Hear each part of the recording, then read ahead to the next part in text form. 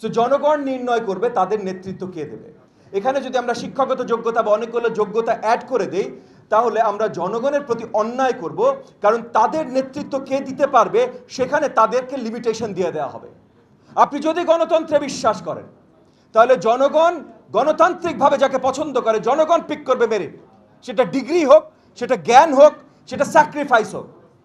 দেখেন অনেক কথা হয়েছে, এখানে একটা কথা কিন্তু অত্যন্ত গুরুত্বপূর্ণ, নেতৃত্বের জন্য গুরুত্বপূর্ণ, স্যাক্রিফাইস। আজকে এইখানেও যারা নেতা হিসাবে আছেন, সেটা রাজনৈতিক নেতা হোক আর তার কোনো একটা অঙ্গনের নেতা হোক, সে সেই জায়গাটার জন্য স্যাক্রিফাইসেস করেছেন বলেই হয়তো আজকে তাকে এখানে নেতার মর্যাদা দেয়া হয়েছে। সো এটা ভুলে যাবেন না ভাই, শিক্ষার্থীকে অনেক আগে স্যাক্রিফাইস দরকার। স্যাক্রিফাইস একটা মেরিট যেটা জনগণ জাজ করবে, যেটার উপর আপনাকে। আমরা 5 তারিখের ডিমান্ড নিয়ে অনেক কথা বলি, জুলাইয়ের আন্দোলনের ডিমান্ড নিয়ে অনেক কথা বলি, এবং এটা বলতে পারি কারণ জুলাই আন্দোলনে আমরা সবাই ছিলাম। যে সোশ্যাল মিডিয়াতে শুধু একটা লাল ডট দিয়েছে সেও ছিল জুলাই আন্দোলনে। সো তার কি স্বপ্ন আছে সেটাও সে বলতে পারে জুলাই আন্দোলনের স্বপ্ন।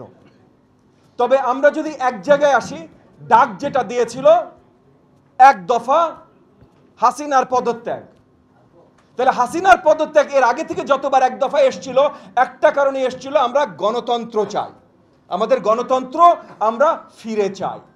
তাহলে প্রথম ডিমান্ডটা ছিল আমাদের গণতন্ত্রের। আর সেটা যদি হয় তাহলে এনিথিং এন্ড এভরিথিং, যে কোনো জিনিসের নাম বলেন না কেন ভাই, সেটা যদি কোনোভাবে গণতন্ত্রের সাথে সাংঘর্ষিক হয় তাহলে সেইটাকে আমরা জুলাই আন্দোলনের ডিমান্ড বলে চালানো উচিত না। চালাইতে চাইলে চালাইতেই পারি, কিন্তু চালানো উচিত না। প্রত্যেকটা রাজনৈতিক দল জনগণের দ্বারা তৈরি, জনগণ পছন্দ করলে ওই রাজনৈতিক দল থাকবে, না করলে থাকবে না। 15 বছর যদি নির্বাচন হইতো তাইলে সব কিছু এইভাবে হইতো না। 15 বছর যদি নির্বাচন হইতো তাইলে ইচ্ছা মতো যাকে ইচ্ছা সংসদে বসানো যাইতো না। 15 বছর যদি নির্বাচন হইতো তাহলে রাজনীতি মানে হেলমেট বাহিনী আর লুণ্ঠন আর লুটপাট হইতো না। তাইলে অন্য সব জায়গায় না তাকিয়ে যেই কারণে এই জিনিসগুলো হয়েছে সেই জায়গায় আগে তাকানোটা বোধহয় আমার প্রয়োজন বলে আমি মনে করি।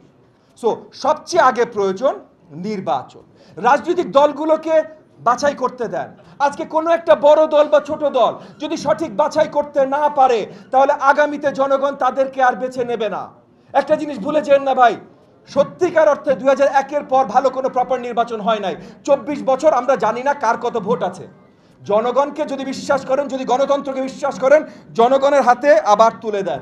আমরা আইভরি টাওয়ারে বসে, শিক্ষিত মহলের সুশীল সমাজের আইভরি টাওয়ারে বসে আমরা অনেক কথা বলতে পারি, রাজনৈতিক বাস্তবতা থেকে অনেক সময় আমরা অনেক দূরে থাকি।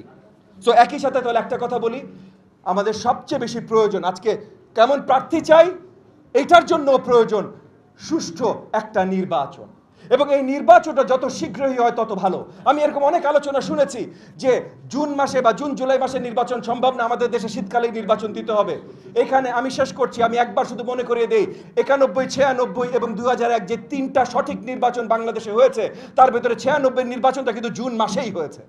সো 33% সঠিক নির্বাচন বাংলাদেশে জুন জুলাই মাসে হয়েছে। সো আপনাদের কেউ যদি বলে ভাই বাংলাদেশে জুন জুলাই মাসে সঠিক নির্বাচন সম্ভব না, আমি আপনাদেরকে আহ্বান জানাচ্ছি এই কথাতে কর্ণপাত করিয়েন না।